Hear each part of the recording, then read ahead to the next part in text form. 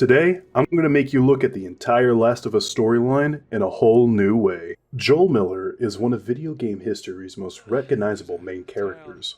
Starring in the hit video game The Last of Us, Joel's quick wit and caring nature won over the hearts of players as he fought to protect Ellie, a young woman who was immune to the cordyceps infection that had wrought havoc on society as we knew it. Did you know that this man is also easily able to be diagnosed with a serious mental disorder?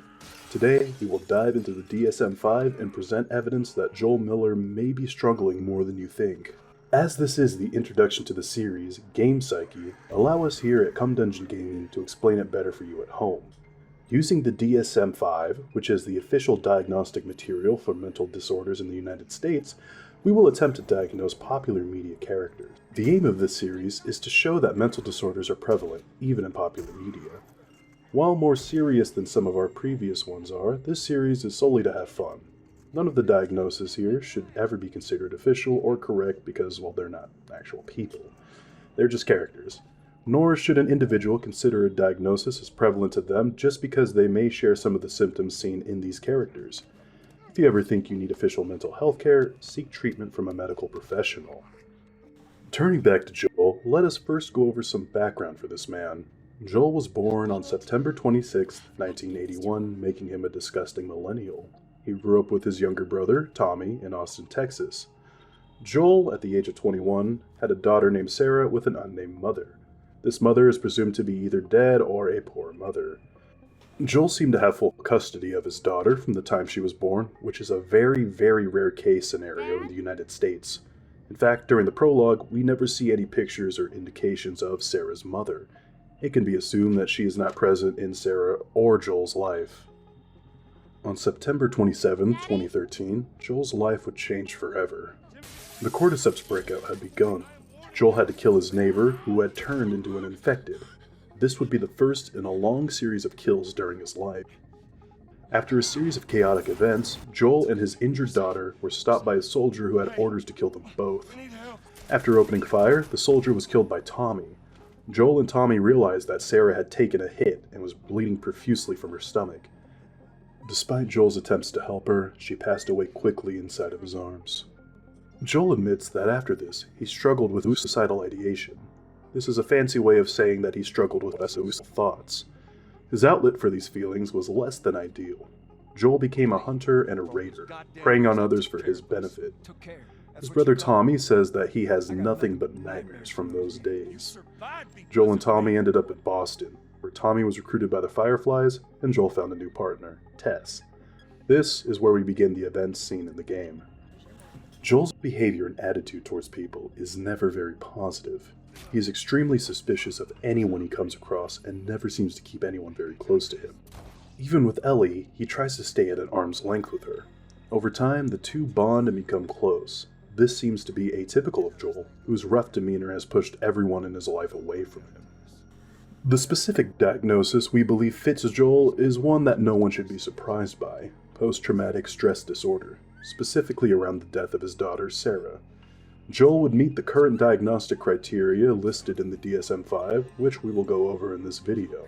There is some difficulty in projecting a diagnostic criterion into a completely different world such as a post-apocalyptic one. There is very likely a loss of validity in doing so, but we will continue to act as if it is completely valid and able to be generalized to all media worlds because this is a hypothetical scenario. No one can get hurt by a misdiagnosis of a fictitious character. The diagnostic criteria for post-traumatic stress disorder, or PTSD as we will refer to it from now on, is split to 8 different categories, listed as A through H. Starting with criteria A, that states that an individual must be exposed to actual or threatened death through directly experiencing a traumatic event or witnessing in person the events as they occur to others.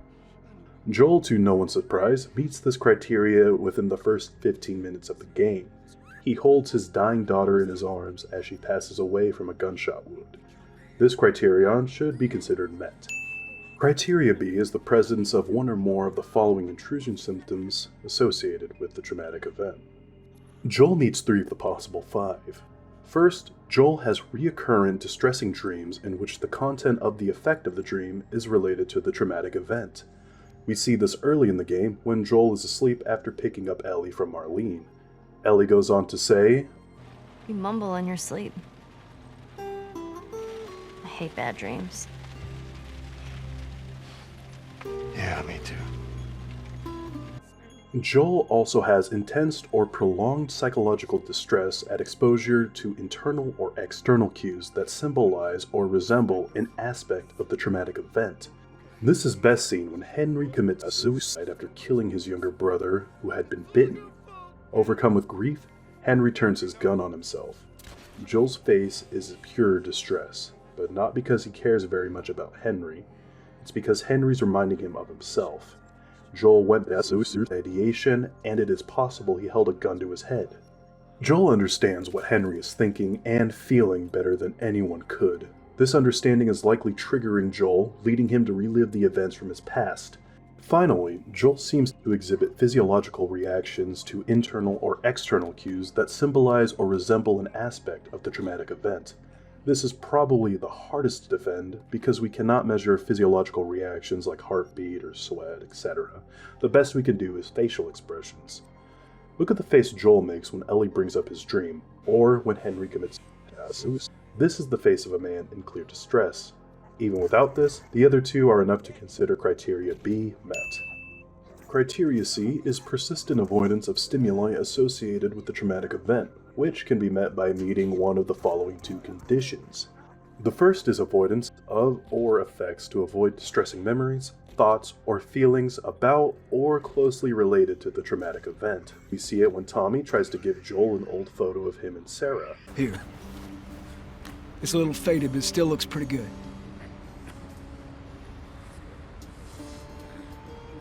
I'm good.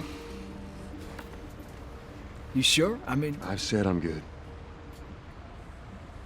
Okay. I'll hold on to it for you. We see Joel struggle with this reminder of what he has lost, making him agitated for his and Tommy's later conversation. The second condition for this criterion is an avoidance of or effects to avoid external reminders that arise distressing memories, thoughts, or feelings about or closely associated with the traumatic event. This is something repeated multiple times through the game. That's too small of a grave. But I want to focus on one moment in particular that really shows Joel's progress with this disorder. Yeah, No, not as a student, at least. why not? I had Sarah when I was pretty young. Were you married? For a while. What happened? Okay, Too much? too much. What I want to emphasize here is Joel and Ellie's knowledge of his triggers. Joel knows talking about Sarah is too much for him, and this conversation with Ellie tiptoes too close for Joel's comfort. Ellie, who has likely seen this multiple times now, handles his reaction well, and the two move on from their conversation. We also see this knowledge when he tries to negotiate with Ellie about turning back. We don't have to do this. You know that, right? What's the other option? Go back to Tommy's. Just be done with this whole damn thing. After all we've been through. Everything that I've done. It can't be for nothing.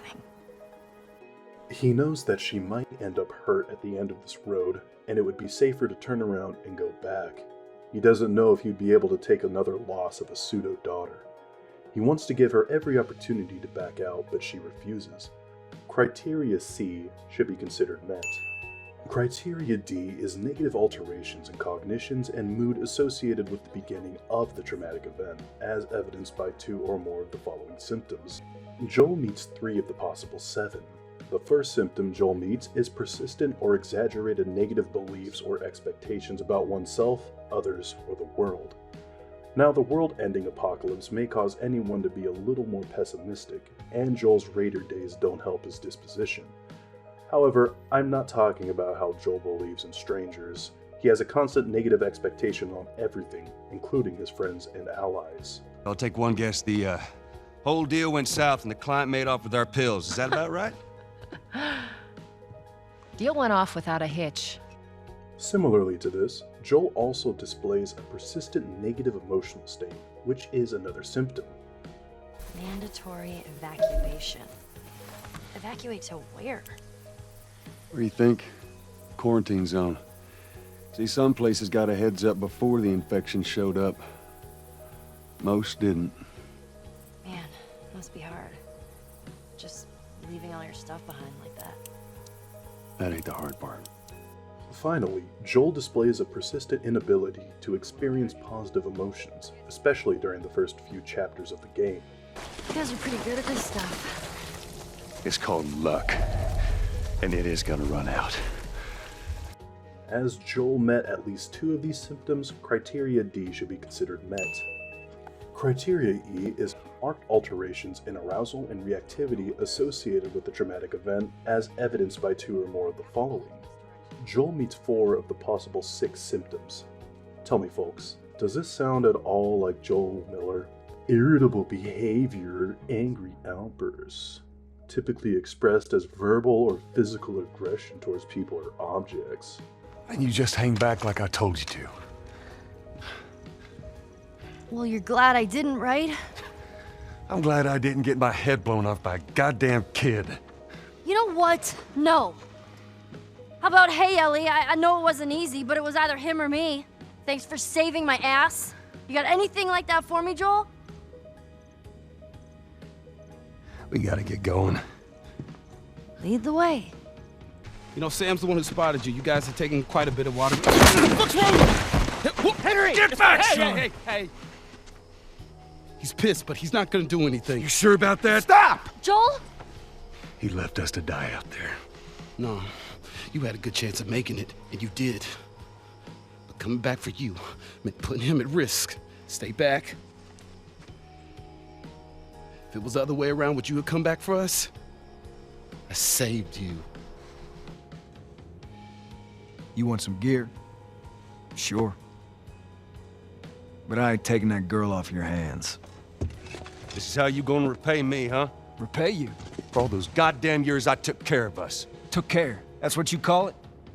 I got nothing but nightmares from those years. You survived because of me. It wasn't worth it. I bring you the cure from mankind, and you wanna play the pissy little brother. We ain't back in Boston. You lay your hands on me again, it won't end well for you. Reckless or self-destructive behavior. Keep walking. I say keep walking. Where's the operating room? I ain't got time for this. Where? Top floor, the far end.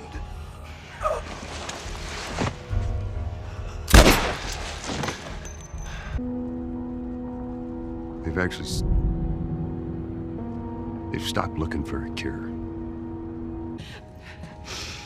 Wait! Let me go. Please. You just come after her. The next symptom is self-explanatory: hypervigilance. Joel can literally see with his hearing, similar to a bat. I don't think this needs any further explanation.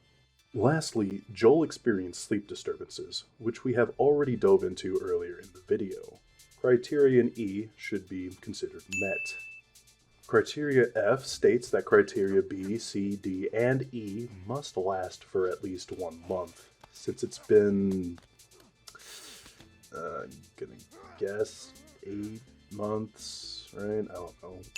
Well, we'll consider criteria F met. Criteria G is that the disturbance causes clinically significant distress or impairment in social, occupational, or other important areas of life. The loss of Sarah caused Joel clear distress and changed his actions. It's entirely possible that he would have never become a raider if he hadn't lost his daughter on Breakout Day. Joel also seems like a much more estranged and isolated person after he had lost his daughter. For this reason, we can consider criteria G met. Lastly, criteria H states that the previously listed disturbances in behavior must not be attributable to the physiological effects of a substance or other medical condition. This, surprisingly, is the weakest criterion for Joel in my mind. Joel never seems to use any sort of a substance consistently to think this behavior is caused by that. But he has suffered his fair share of brain injuries. Joel, fucking get up! Please stop! Please don't shoot! No, not Joel, that one, you please sick get up! During Breakout Day, a crucial moment happens that not many people seem to remember. Joel, Tommy, and Sarah get into a rather violent car accident. Joel could have hit his head or he even suffered from a concussion from whiplash. Aggression is one of the most commonly seen symptoms in traumatic brain injuries. The way to rule this out would be a brain scan of Joel, which we know is entirely possible. We see a brain scan from Ellie towards the end of the game. For the purposes of this video, we will consider Joel to not be suffering from a TBI, leading us to consider criteria H met and Joel to be appropriately diagnosed with post-traumatic stress disorder. One final note before we wrap this up is that I want to point out that Joel does make a lot of progress through the game. We see him identify his own triggers, but even more than that, we see him make progress and be able to move forward with them. After initially denying the photo of Sarah from Tommy, we see him accept the photo from Ellie with great hesitation. This is something we see progress even further in the second game as he comes to terms with why he did what he did to the Fireflies. Thank you to each and every one of you for watching this. If you've enjoyed it, please leave a like and consider checking out our other videos. If you have any suggestions on characters you'd like to see diagnosed in this series, please leave them in the comments below. One suggestion has been Alan Wake, but we are open to further suggestions. Leave a thumbs up on characters you want to see diagnosed. Thank you to the DSM-V, and thank you all again very, very much.